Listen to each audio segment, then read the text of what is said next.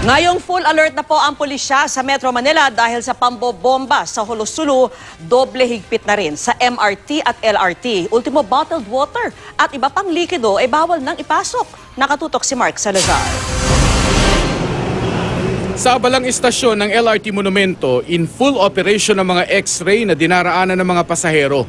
Isang senyales daw itong naka-full alert ang Metro Manila matapos ang bombing sa Hulo. Itong presence ng X-ray machine is napaka-importante. And then meron din kasi tayo mga roving ng mga pulis na kung sakali man na nagbibigay ng impormasyon na sakaling kayo nahinala, ay pwede nating i-approach yun. Kagaya sa mga airport, bawal rin magpasok ng tubig at iba pang likido sa LRT at MRT.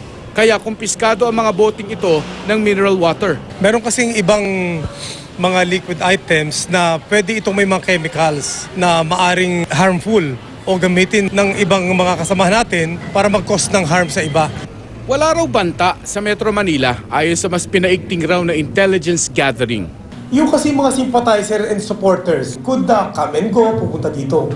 Pero as to the verified report on their plan na magkaroon attack dito, lahat yan for validation. At the moment, walang imminent threat na gano'n.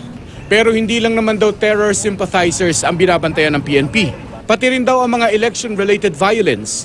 Kaya hindi na raw sapat na naka-heightened alert lang ang Metro Manila. Dito sa full alert, mas in-extend pa natin. Kumbaga 50% from the normal.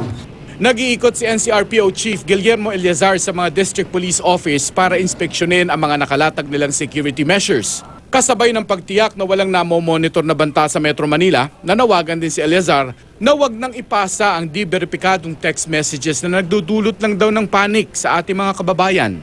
Mark Salazar, nakatutok, 24 oras.